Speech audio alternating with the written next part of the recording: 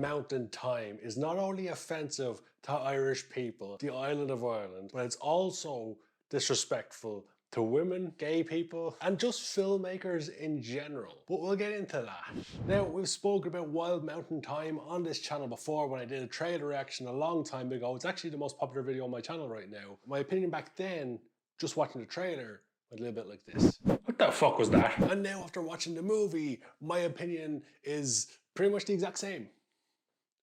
What the fuck was that? So I've been putting off watching this movie for a long time now. I didn't want to support this movie in a cinema. I didn't want to pay money for it, but it's popped up on Amazon Prime, so I gave it a go. Also, someone in work told me that it was on Amazon Prime and they watched it and it was one of the worst movies they've ever watched. So if you've been in this channel before, you know I love watching some of the worst movies ever. I've got a whole show about it. It's called Worst Movie Ever. Now here's the thing. This is one of those movies where every Irish person in the world knew before even watching this movie that the movie was going to be terrible because it features stuff like this. On the face of it, this movie should be pretty damn good. It's got Emily Blunt in there, who's a fantastic actor. You've got Christopher Walken in there, potential Hall of Fame actor. You've got Jamie Dornan, who's known. You've got John Hamm. So the cast is pretty decent. Then you couple that with the fact that the writer of this one, John Patrick Shanley, who's also the director of it, he's actually been Oscar nominated for the movie Doubt for writing, and he actually won the Academy Award for writing for the movie Moonstruck starring Cher. That was a long time ago. And shit done changed.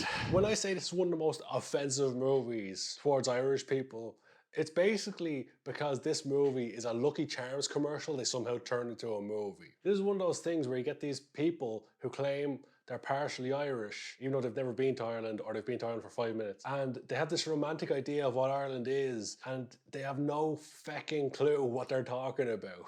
This is the equivalent of if I made a movie about America and everyone just went, howdy partner, wore cowboy boots, had guns, said stuff like, there's a snake in my boots. Yeah, my impression of American is basically Woody from Toy Story. When it comes to the dialogue in particular, the dialogue is so bad in this movie. Not just the accents are terrible. Emily Blunt, who's a fairly good actress as I mentioned, her accent is horrendous. Christopher Walken is just doing his Christopher Walken voice with an occasional Irish twinge to it, but still they're very, very bad accents. And then you've got Jamie Dornan. Jamie Dornan is Irish, Northern Irish, but he was born on the island of Ireland. He's lived on the island of Ireland. He knows what Irish people sound like, and yet he still sounds like he's in a Lucky Charms commercial. I can't quite explain that one myself. But it's not the accents that are offensive. The accents we all laugh about. It's the stupid language they use in the movie, like this. You kissed him! It was he that kissed me! Sentences like, it was he that kissed me.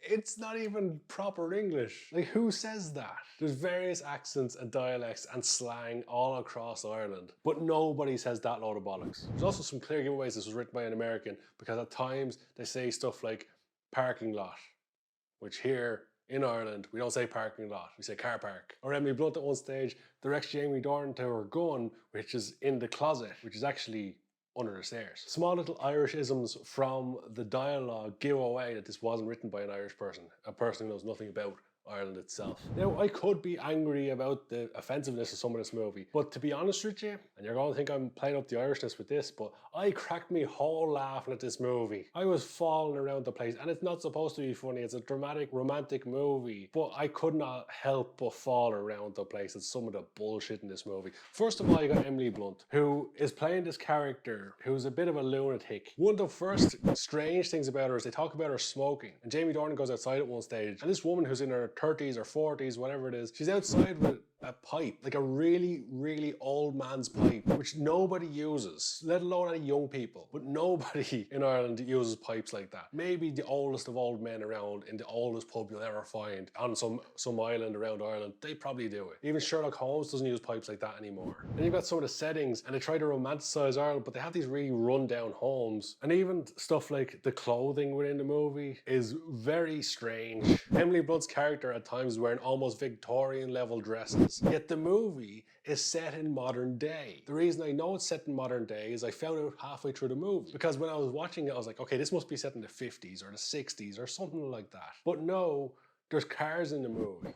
Be quick, I need to pee! On the cars within the movie, there's tax discs and insurance discs which show the year that the movie is set, 2020. That's when the discs run out. Those tax discs and insurance discs at most run for a year. So best case scenario, this movie is set in 2019. Yet, There's very little technology in it. And the people within this movie are not living in the 21st century despite the movie being set in 2019. They've got this weird obsession with gates. So you put this gate between us? It's not a big thing to open a gate, especially for farmers in Ireland or some of the hardest working people in the country. They don't mind opening a gate every now and then. The 2 gates, I don't think they're going to bat an eyelid. Well, it's a major thing in this that a farmer has to open 2 gates, and a person who wants to buy his farm is going to have to open 2 gates. And I don't know why they just keep going on and on and on with it. Same with opening the shutters on a window. It's a major thing for some of the characters for some reason. It happens multiple times. As the movie wears on, it gets more and more ridiculous. To the point where we've got a scene where Christopher Walken is lying in bed and Jamie Dornan comes in, they're talking, and he goes, "I'm going to sleep now."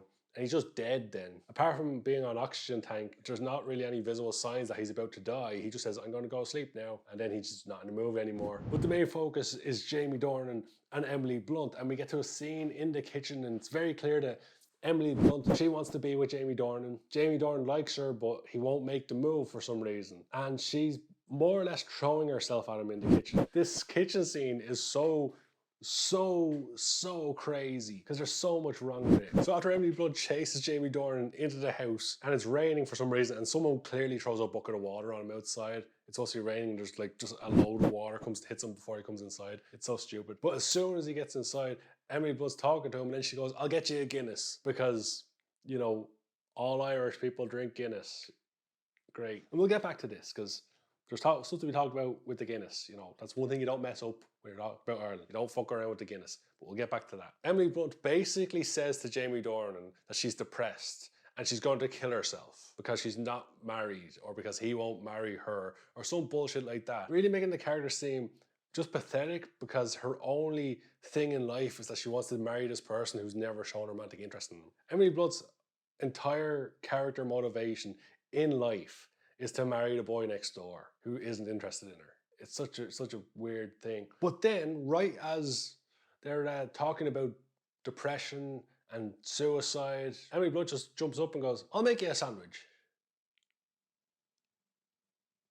What the fuck was that about? You know, Irish people do love to host people. Well, they at least pretend, because normally when the guests are gone, they go, "Thank fuck that's over." But then we get to the point where Emily Blunt, after badgering Jamie Dornan over and over again, after, by the way, she's revealed to him she went to New York on a Tuesday. They're very evident about getting that Tuesday across. I don't know what the fuck that was about. It's a Tuesday thing. Emily Blunt went off to New York. She met John Hamm and they kissed. And the moment they kissed, she said, "Oh no," or "What did you do?" or something to that effect. And she keeps saying it even when she goes home the next day, which is weird because who the fuck goes to New York for like one day? She wouldn't even spend 18 hours in New York, which is crazy. But John Hamm then rings Jamie Dornan, says, "I'm coming over to Ireland," blah, blah. He goes to the house. So Jamie Dornan tells Emily Blunt's character that John Hamm's character is coming. And he more or less just suggests that he's going to like give her away to John Hamm, which has so many questions. What gives this guy the idea that he can just give another woman away? He doesn't own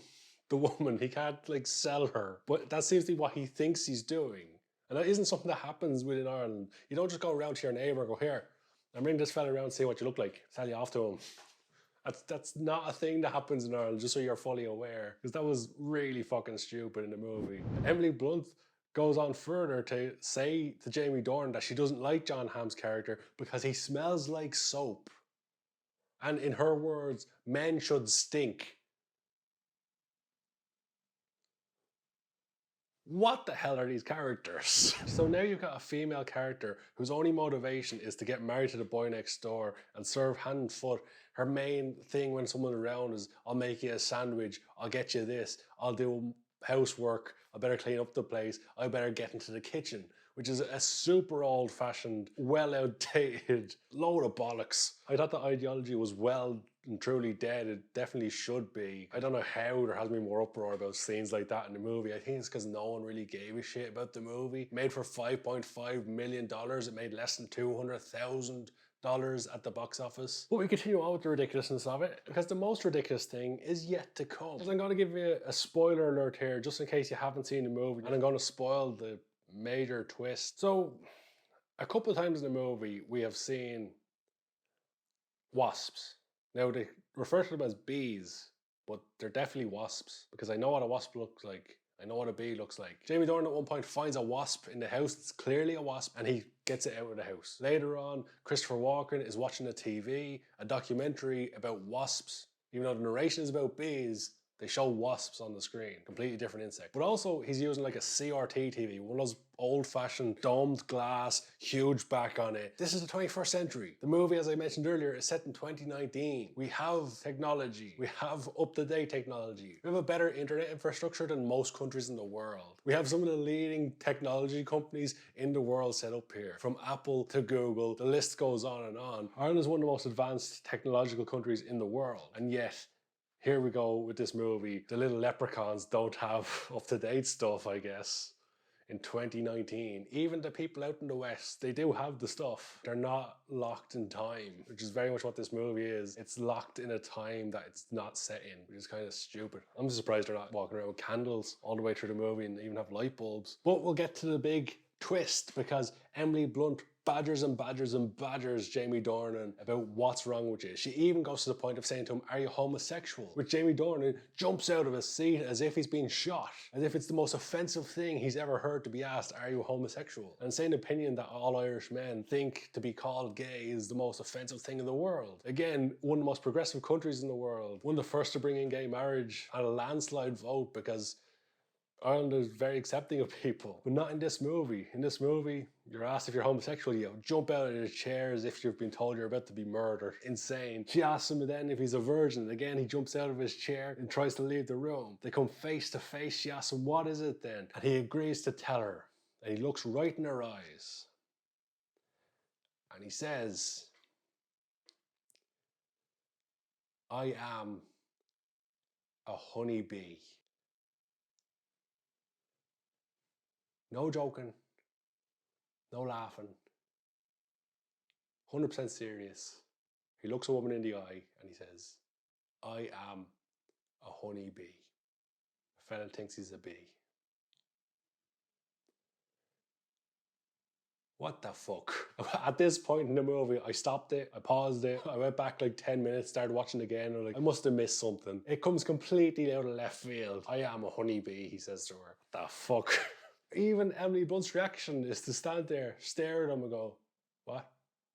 And of course, then they have to leave to get to the airport, or they have to drive somewhere, so they get in the car despite the fact they've been drinking. Now let's rewind a little bit, because I did mention that Guinness, and this might be the most offensive part of the whole movie. Emily Blunt goes off to get a Guinness. But the most offensive part is, number one, it's a bottle of Guinness. Who the fuck drinks a bottle of Guinness? If you can't get to the pub, you at bare minimum get a can, because the cans actually have a proper head on them, which is very important if you didn't know. But on top of that, Jamie Dornan insists that Emily Blunt has some of the Guinness as well. So she takes out 2 whiskey glasses, not even whiskey glasses, just 2 small glasses, and pours a thimble full, as if they're wine tasting. There's a tiny little bit of Guinness in the glass, which is just insane. If you go to someone's house, they offer you a Guinness, and they come back with a whiskey glass with a tiny little bit in the bottom. Those people are psychopaths. Get out of that house quick. It's a minor thing, but it had me falling around the place laughing, just how stupid it was. It's like the equivalent of if you went to some sommelier's house, and instead of giving you a wine glass with a bit of wine in it, he came out with a bucket, and he gave you a bucket of wine. Then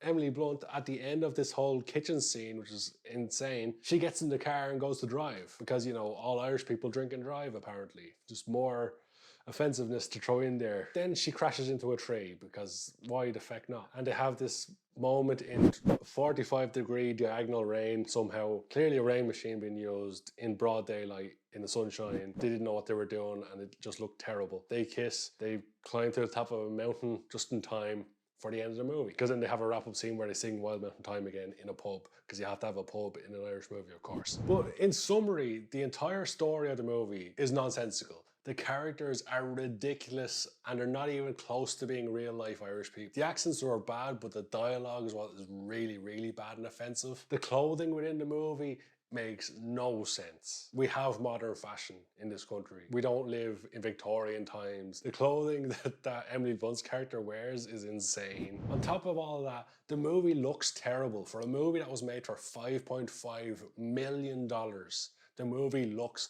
awful. A lot of it is done with drones, the cheapest of cheap drones. The drone footage looks terrible. Most things I see drone footage in, the drone footage is actually some of the best footage. But in this, it's the worst. They could have called this Lucky Charms the movie. Now, I'm sure some of this is going to sound like I'm bashing Americans, but I know there is a subsection in America of people who think they're Irish, who claim to be like 5% Irish or some shit. Some people who claim to be more Irish than actual Irish people. John Patrick Shanley is one of these people, basically, because he did an interview after there was a lot of backlash here in Ireland about this movie, where he said, "You'll never please the people of Ireland. This movie was made for the people who dream of going to Ireland, who haven't been there." Something to that effect, some load of bollocks. What I can tell you is this movie, apart from being told that this is Ireland, this movie is not Ireland. His characters are not Irish. This movie has no indication of Ireland or Irish people at all. This movie is one of the most offensive movies as an Irish person I've ever seen. The filmmaker behind this movie should be ashamed of himself and should never make another film again. Everybody involved with this movie should be ashamed of themselves. Seems like strong words, but it's just such a piss take. If this film was done